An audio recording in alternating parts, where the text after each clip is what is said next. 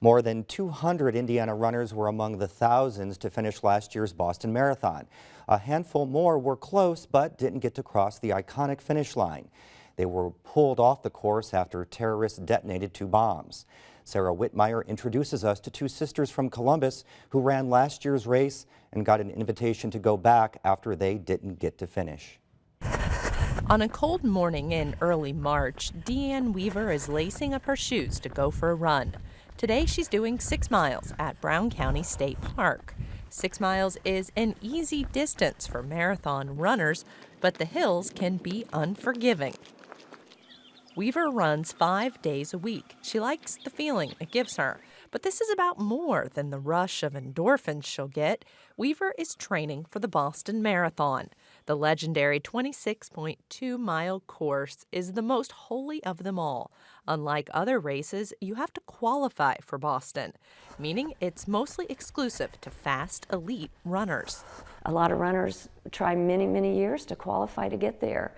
And there's so much history and so many great runners have run there.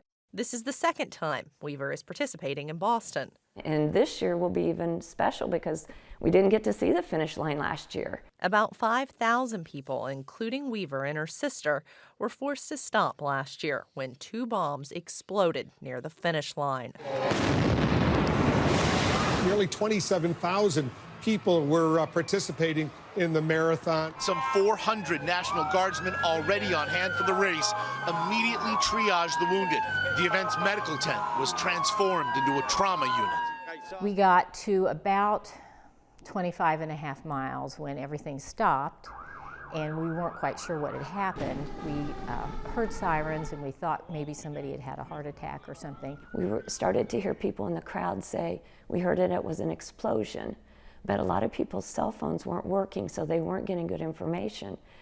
And so we stood there for a while longer, and about that time we saw probably 20 to 30 paramedics running down the median between the lane we were in and the other lane, running full speed ahead. And then we started hearing sirens.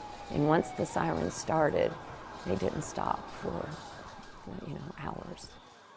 We probably walked off the course about 2 o'clock, and we spent several hours just walking around looking for where our bags were that had our phones and our money, our ID, our warm clothes. Everybody was so cold, we had to find a place to go to.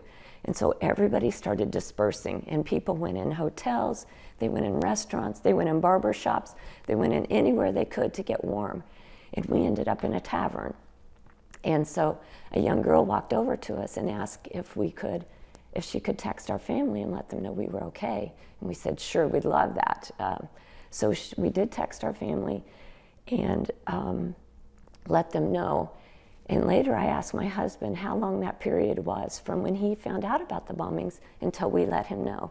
He said 2 hours, but it was in fact 45 minutes. Deanne and Beth's families back home were watching the wall-to-wall television coverage. 3 people were killed and 260 were injured.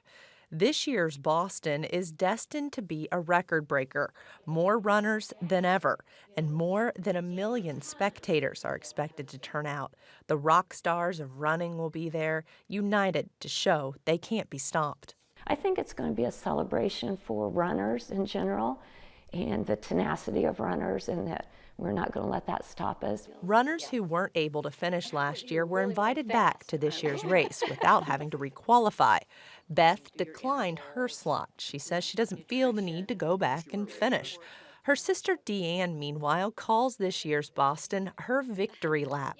She's logged 500 or 600 training miles over the last several months.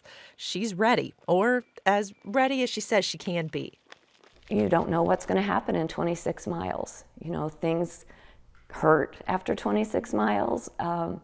Even with no events like last year, it's the unknown, I think, that is what you're thinking about. And you just can't wait to be finished and across that finish line. And this year will be even special because we didn't get to see the finish line last year.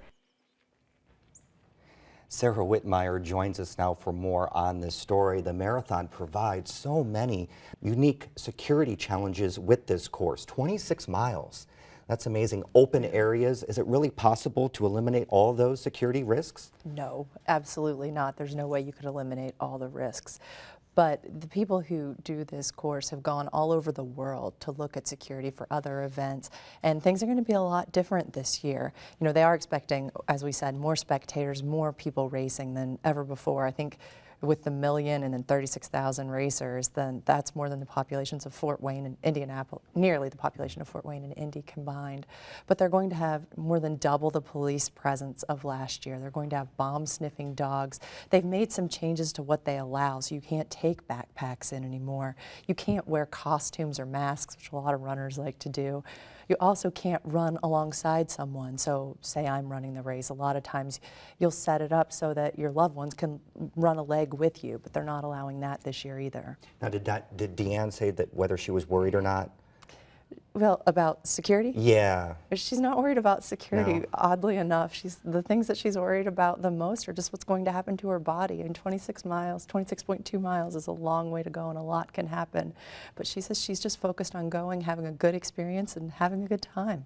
Now, her sister Beth is not doing the marathon, but do they plan to do other races as well? You know, it's so funny to me as someone who's a runner, but not of their level. They're both very, very good, and they're great long-distance runners. They're very successful, but they don't want to do any more marathons. Deanne says this will be her last marathon, and after this, she might do some trail races. Well, and this story kind of resonates with you too, doesn't it? You're a runner. I'll have a marathon in about a week if I get over this cold.